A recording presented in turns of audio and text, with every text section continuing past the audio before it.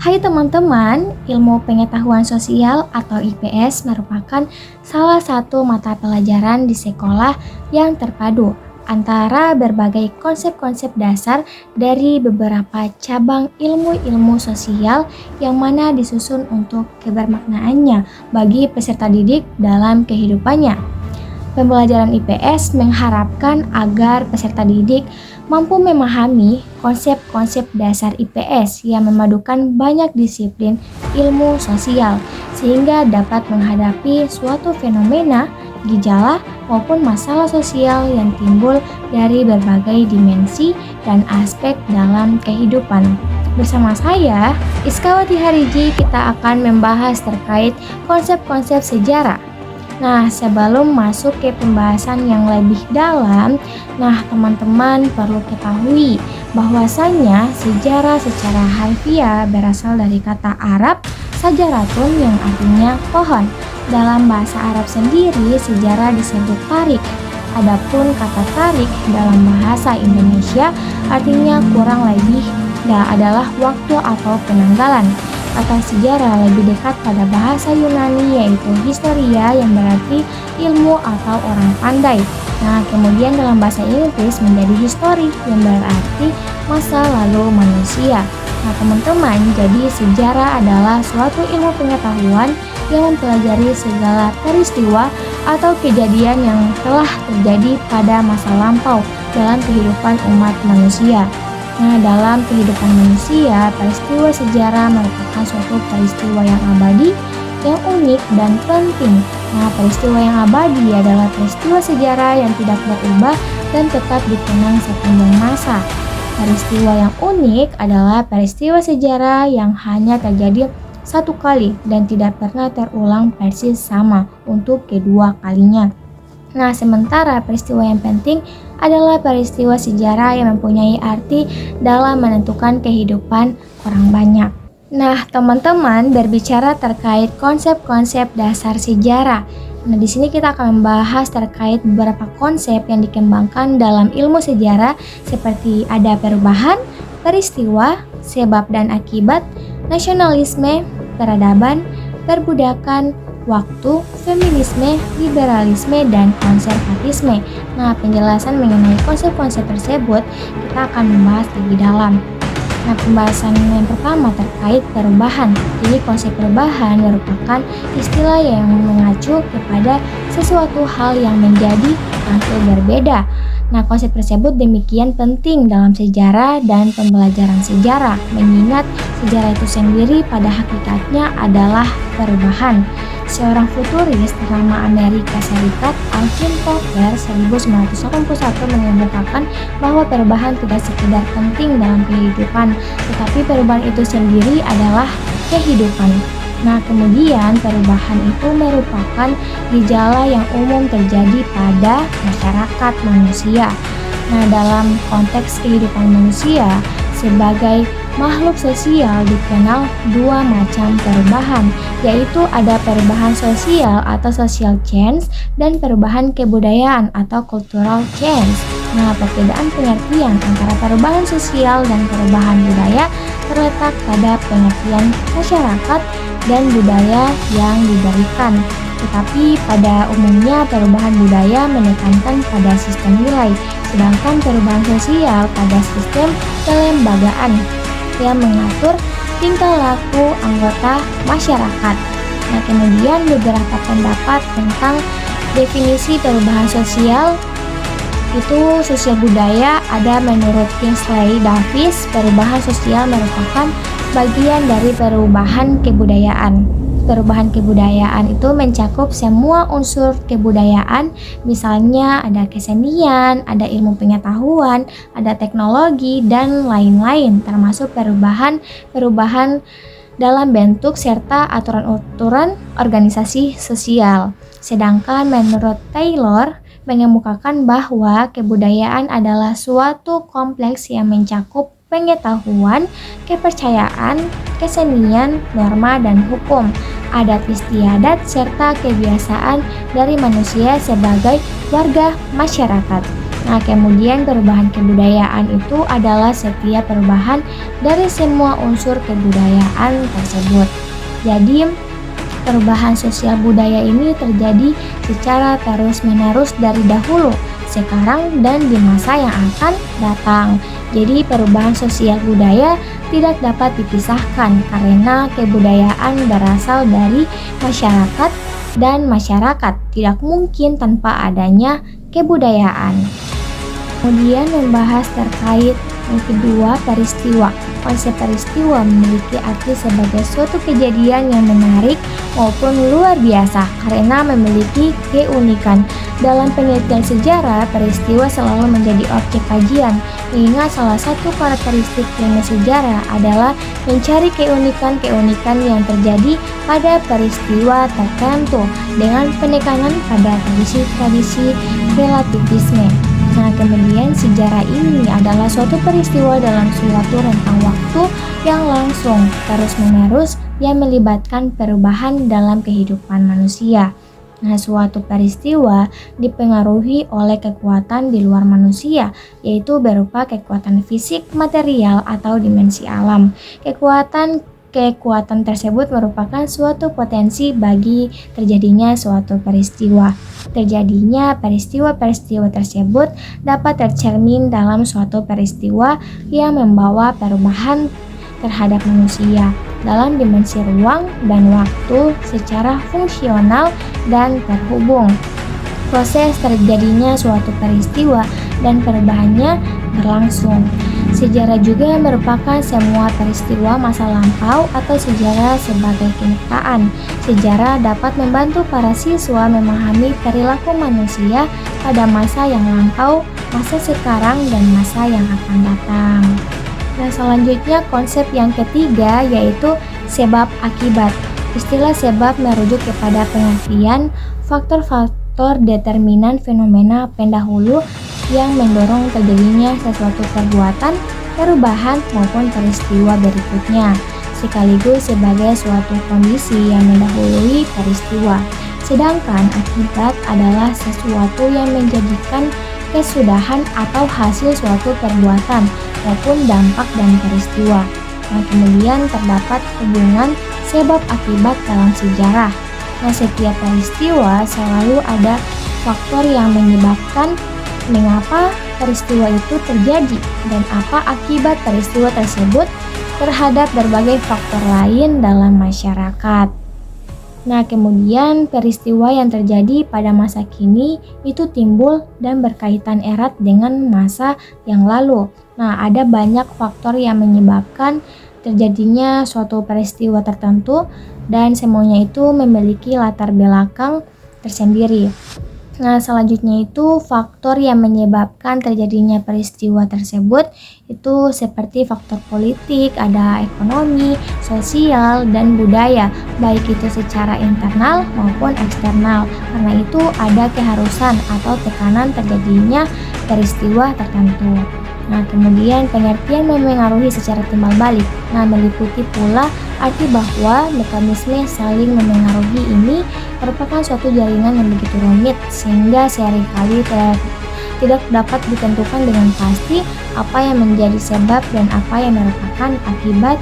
Nah, untuk akhirnya pengertian hubungan klausul tersebut harus mengosongkan tempatnya bagi adanya suatu bentuk saling berinterdependensi satu dengan yang lain.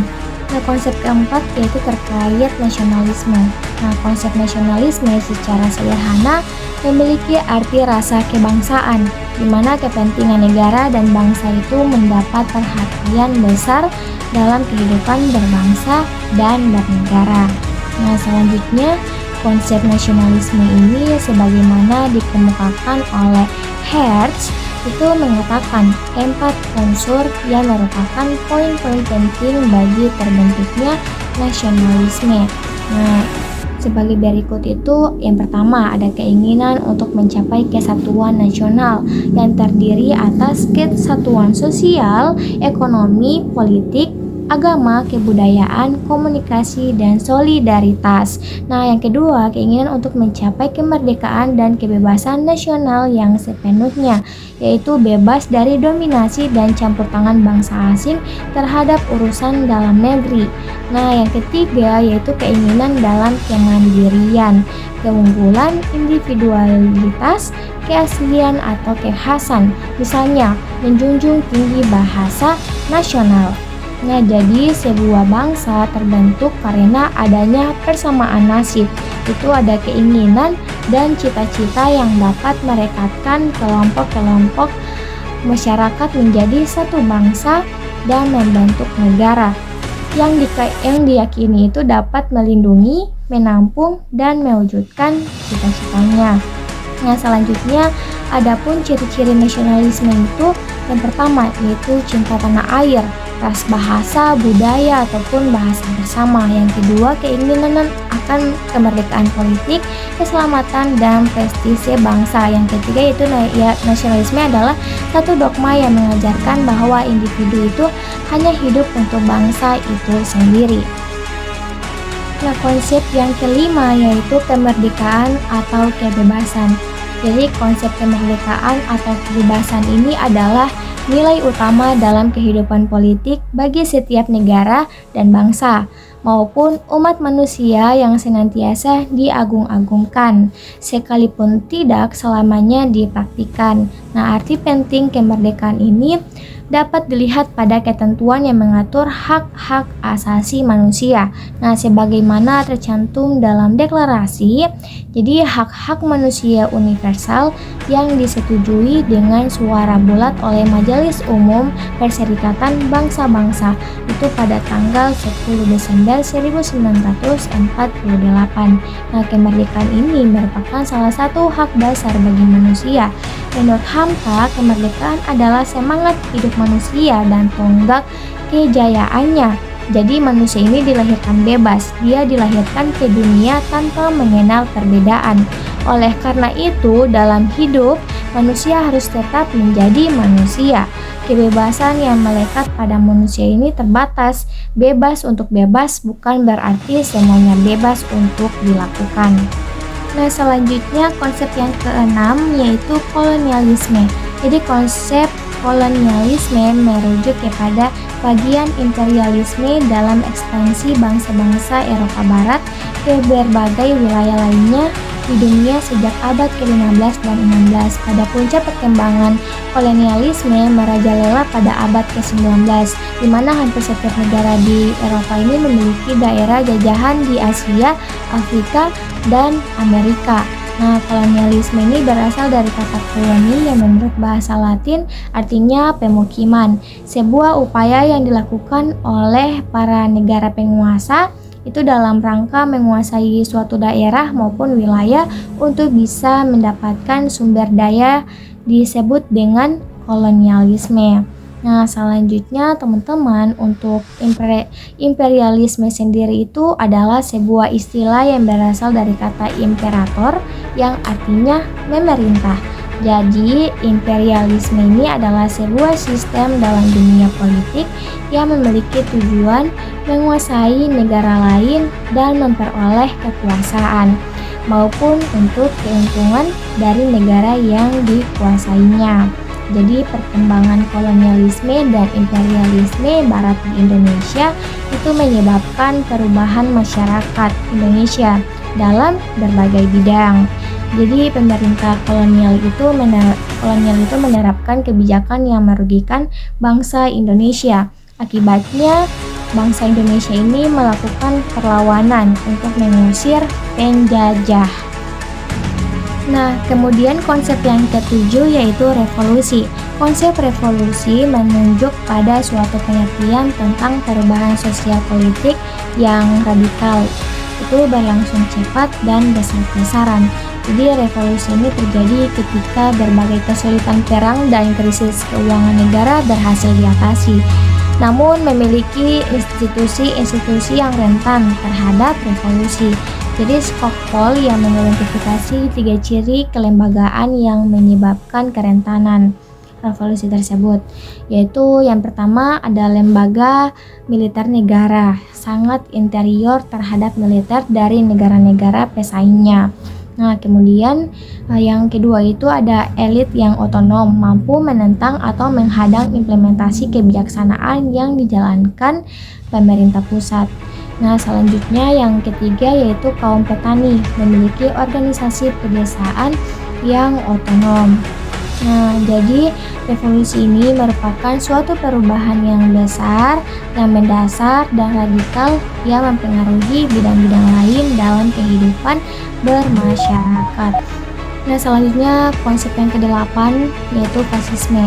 Konsep fasisme atau fascisme adalah nama pengorganisasian pemerintah dan masyarakat secara totaliter atau kediktatoran partai tunggal yang sangat memiliki rasa nasionalisme yang sempit, rasialis, militeristis, dan imperialis. Jadi sebuah negara fasis tidak akan lahir sebelum negara itu merasakan akan kehidupan demokrasi. Selain itu, fasisme juga lahir dalam sebuah negara industri di mana ketegangan-ketegangan ekonomi dan sosial dan sistem ini hanya dapat diatasi dengan dua cara, secara liberal atau totaliter. Fasisme menolak liberal karena konsep di dalamnya ini terdapat kebebasan dan penyeragaman. Jadi fasisme ini merupakan sebuah paham politik kekuasaan absolut tanpa demokrasi. Jadi paham yang mengedepankan bangsa sendiri dan memandang rendah bangsa lain. Jadi dengan kata lain, fasisme ini adalah suatu sikap nasionalisme yang berlebihan. Jadi fasisme adalah gerakan politik yang mendukung pemerintahan otoriter dan nasionalis dengan kepercayaan pada kekuatan negara yang kuat. Dan fasis ini berusaha mengendalikan negara berdasarkan nilai-nilai tertentu. Jadi melibatkan pengaturan ekonomi dan politik secara korporatis. Nah, mereka mendukung ide pembentukan partai tunggal dan negara totaliter yang mendorong mobilisasi untuk massa untuk menciptakan negara yang ideal. Jadi fasisme juga mengedepankan identitas kolektif dan percaya bahwa kepemimpinan yang kuat serta kemampuan untuk menggunakan kekerasan itu diperlukan untuk membangun dan menjaga kekuatan bangsa. Nah, ini dicapai melalui indoktrinasi. Jadi pendidikan fisik dan pemahaman eugenika yang mendukung cita-cita tersebut. Mereka menganut ideologi transkelas yang mendukung sistem ekonomi nasional yang terpadu untuk mengatasi konflik kelas dan memperkuat persatuan nasional. Nah, kemudian pemerintah fasis ini melarang dan menindas pihak oposisi. Nah, konsep yang kesembilan yaitu komunisme. Pada dasarnya konsep dari istilah komunisme itu merujuk kepada setiap pengaturan sosial yang didasarkan pada kepemilikan, ada produksi, konsumsi, dan pemerintahan. Itu yang diatur secara komunal atau bersama-sama. Nah, kemudian komunisme ini berasal dari kata komunal yang berarti milik rakyat atau umum. Komunisme ini sendiri merupakan alat untuk menciptakan masyarakat tanpa kelas dan menjalankan apa yang dikehendaki kaum sosialis. Nah, komunisme sendiri itu merupakan paham atau ideologi yang berlandaskan sosialisme dan marxisme. Jadi karena pada dasarnya hal ini merupakan gerakan sosial yang sama, akan tetapi komunis lebih condong untuk melakukan revolusi yang radikal.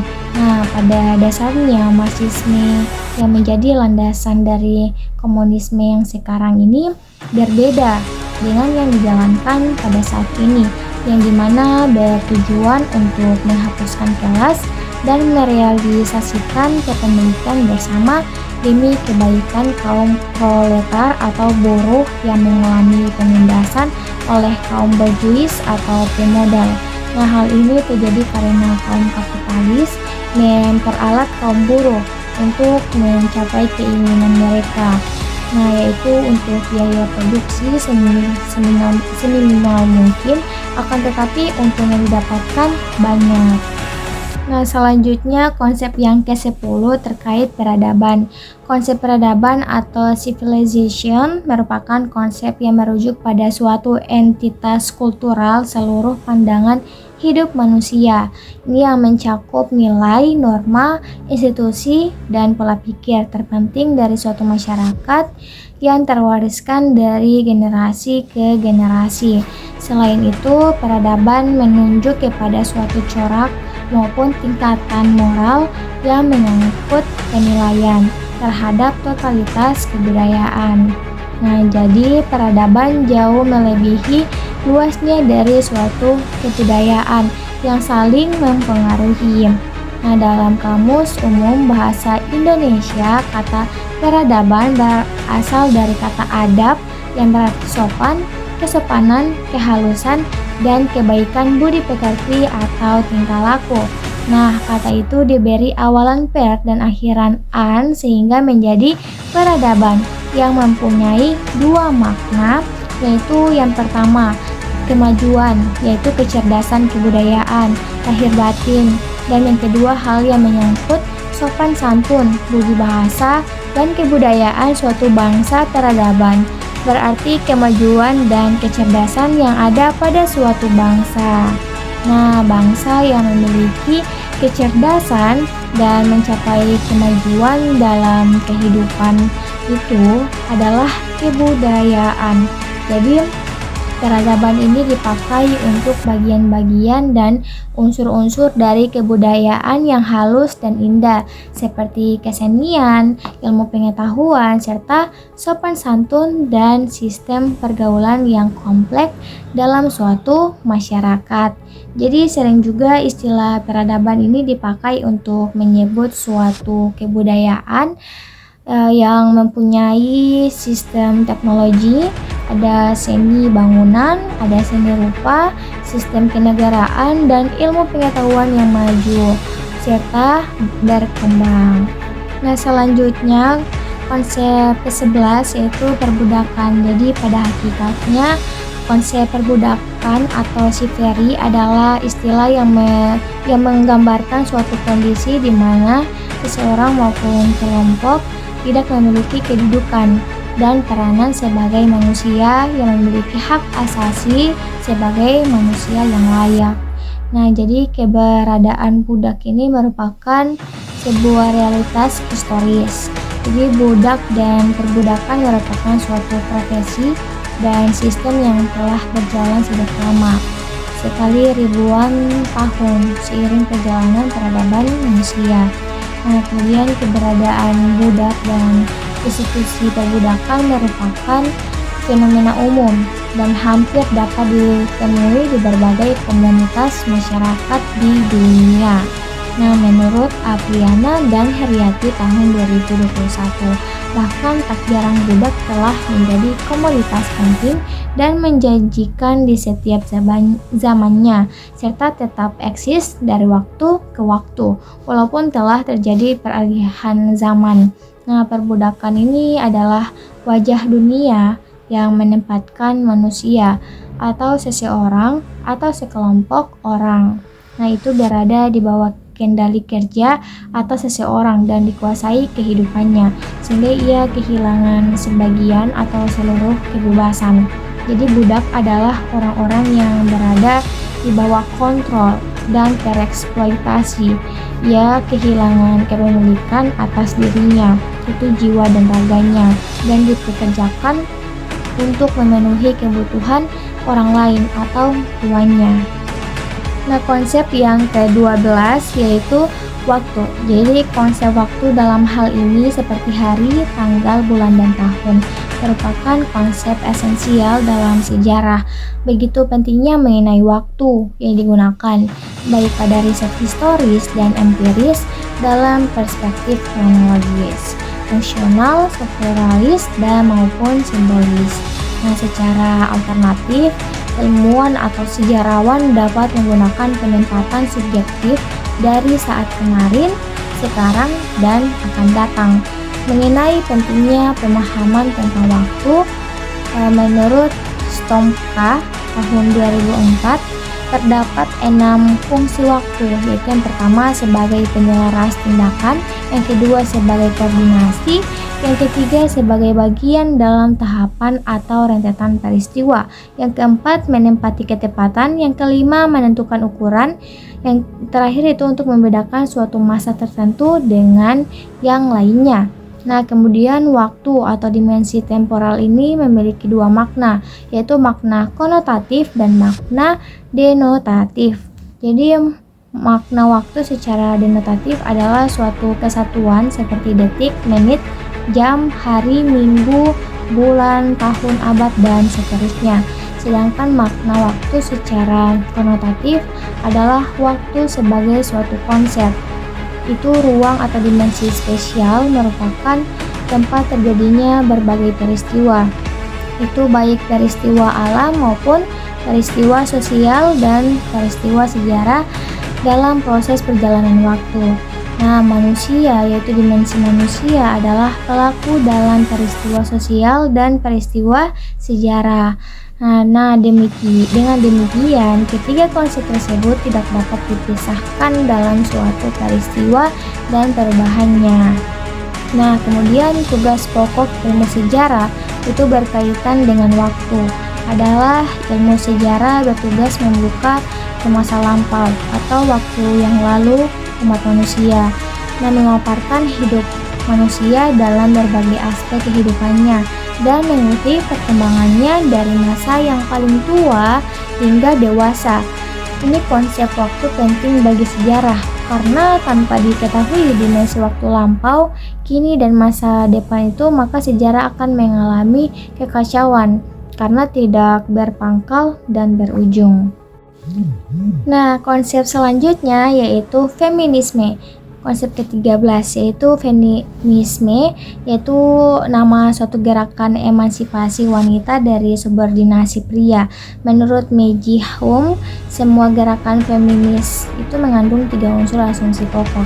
Yang pertama itu gender. Gender adalah suatu konstruksi yang menekankan wanita sehingga cenderung menguntungkan pria. Nah, yang kedua konsep patriarki, dominasi kaum pria dalam lembaga-lembaga sosial, itu melandasi konstruk tersebut. Nah, kemudian yang ketiga yaitu pengalaman dan pengetahuan kaum wanita harus dilibatkan untuk mengembangkan suatu masyarakat. Nah, jadi non-seksis di masa mendatang itu. Kemudian feminisme bukan hanya bersuara menggaungkan isu-isu keperempuanan saja, akan tetapi juga menyuarakan hak laki-laki dan peka juga terhadap isu kemanusiaan serta lingkungan. Jadi jangan sampai masih berasumsi bahwa gerakan feminisme hanya membahas seputar keperempuanan saja. Memang pada awalnya feminisme bukan hanya menunjukkan figur asing karena aspek penting dalam pemahaman mengenai feminisme sendiri. Jadi feminisme sendiri adalah terbangunnya hubungan yang setara tanpa adanya tumpang tindih gender yang mengakibatkan ketidakadilan gender yang berujung pada diskriminasi bahkan kekerasan terhadap perempuan. Nah, kemudian feminisme ini adalah teori yang memperjuangkan hak dan kepentingan perempuan dalam aspek politik, ekonomi, pendidikan, sosial, dan lainnya. Menurut Simone de Beauvoir, feminisme adalah jalan menuju kebebasan perempuan dan dapat dicapai melalui 2 jalur, yaitu tahap idealis dan tahap praktis. Feminisme eksistensial adalah akar dari feminisme postmodern dan dapat ditemukan dalam karya filsuf eksistensial Prancis Simone de Beauvoir. Jadi konsep yang ke-14 yaitu liberalisme. Konsep liberalisme ini mengacu kepada sebuah doktrin yang maknanya hanya dapat diungkapkan melalui penggunaan kata-kata sifat yang menggambarkan nuansa-nuansa khusus. Nah, jadi liberalisme ini dalam artian Dunes sebagai sebuah ideologi yang menjunjung tinggi kebebasan individu. Definisi liberalisme juga diartikan sebagai sebuah teori dari pemerintah yang berusaha untuk memberikan ketertiban dan keadilan dalam masyarakat tertentu. Lebih lanjut, Jackson and Sorensen tahun 1999 menyatakan bahwa liberalisme ini adalah suatu perspektif yang memiliki pandangan positif tentang manusia, sifat manusia. Nah, Mises juga menegaskan bahwa liberalisme adalah doktrin tentang kebebasan yang merata dan kesempatan yang setara untuk setiap individu tanpa pengaturan, kontrol, dan regulasi dari negara. Nah, kemudian liberalisme adalah paham akan kebebasan. Individu diberi kebebasan untuk berkembang tanpa terbatas dalam pemikiran, agama, persatuan, dan politik. Tapi kebebasan bagi kaum liberal juga harus tetap dipertanggungjawabkan. Gerakan kebebasan individu atau liberalisme ini kemudian menyebar ke berbagai bidang, seperti bidang politik, ada ekonomi, sosial, dan budaya. Liberalisme lahir dari sistem kekuasaan sosial berupa sistem merkantilisme, feodalisme, dan gereja Roman Katolik. Maunya liberalisme ingin meminimalkan campur tangan negara dalam kehidupan sosial. Nah, konsep yang terakhir yang ke-15, konservatisme. Istilah konservatisme merujuk kepada doktrin yang meyakini bahwa realitas suatu masyarakat dapat ditemukan pada perkembangan sejarahnya. Oleh karena itu, pemerintah membatasi diri dalam campur tangan terhadap perilaku kehidupan masyarakatnya. Nah, dalam arti tidak boleh melupakan akar-akar sejarahnya. Nah, jadi konservatisme lebih menekankan pada pola pikir normatif dan eksklusif. Nah, cenderung curiga atau bahkan resisten terhadap isu-isu kekinian serta terhadap keberadaan kelompok atau paham agama di luar mereka.